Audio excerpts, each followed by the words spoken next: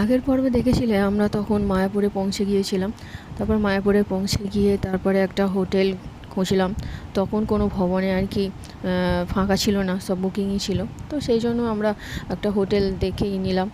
তারপরে সেখানে একটু ফ্রেশ হয়ে তারপর সাইডে একটুখানি হোটেল থেকে খাওয়া দাওয়া করে, তা কেন অনেকটা বেলা গেছিলো, তখন আর ভবন থেকে কোনো কুপন দিচ্ছিল না। তারপরে আমরা বিকালের দিকে বলেছিল হোটেল থেকে যে বিকালেও কুপন দেয়, তো সেই জন্য আমরা গদা ভবনে চলে গিয়েছিলাম। 4টে 4:30 থেকে কুপনটা দেয়, আর যতক্ষণ থাকে ততক্ষণ দিতে থাকে, তারপরে আবার বন্ধ হয়ে যায়। তারপরে আবার রাতে 8টার পর থেকে মোটামুটি লাইন দিতে হয়, তখন দিলে আবার খাওয়া দাওয়া হয়।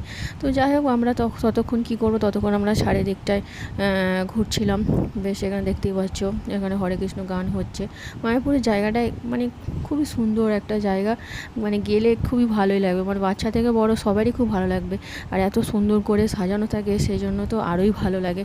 তারপর সেখানে আমরা লাইন দিয়ে তারপরে সন্ধ্যা আরতি হয় সেটা আমরা দেখার জন্য দাঁড়িয়েছিলাম। তারপর সেখান থেকে লাইন দিয়ে আমরা ঢুকলাম। খুব ভিড়ও হয়, আর সন্ধ্যা আরতি দেখতেও খুব সুন্দর লাগে, খুবই ভালো লাগে। মানে তখন মনে হয় যেন সত্যিই ভগবান যেন সেই জায়গাতেই পুরো চলে এসেছে, মানে এতটাই মানে অনুভব হয় সেই জায়গাটা। তারপর সেখান থেকে আমরা একটু সন্ধ্যাবেলা এদিক ওদিক ঘুরছিলাম। সেখানে তখন একটুখানি মেলা হচ্ছিল। আর মেলাতে বিভিন্ন ধরনের সব দোকান বসেছিল, ঠাকুরের সব সাজসজ্জা বিক্রি হচ্ছিল, ঠাকুরের। তারপরে কাপড়, তারপরে মানুষ ব্যবহার করতে পারবে সেরকম ধরনের জামা কাপড় বিক্রি হচ্ছিল, নানা ধরনের সব জিনিস বিক্রি হচ্ছিলো। বেশ ভালো লাগছিলো তখন সেই জায়গাটা ঘুরে ঘুরে দেখতে। আর বললাম না, সত্যি সবার খুব ভালো লাগবে। আর রাতেও খুব সুন্দর করে সাজানো থাকে বলে মায়াপুরের ওই ইস্কন মন্দিরটা খুবই ভালো লাগছিলো।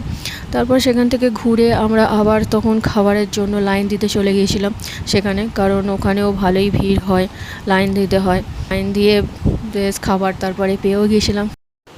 আর প্রতিটা খাবারও খুব সুস্বাদু আর খুব সুন্দর খেতে ছিল, দারুণ লেগেছিলো খেতে। তো বেশ ভালোই লাগলো সেই দিনটা। তো সবাই মিলে একসাথে বলো হরে কৃষ্ণ, রাধে রাধে।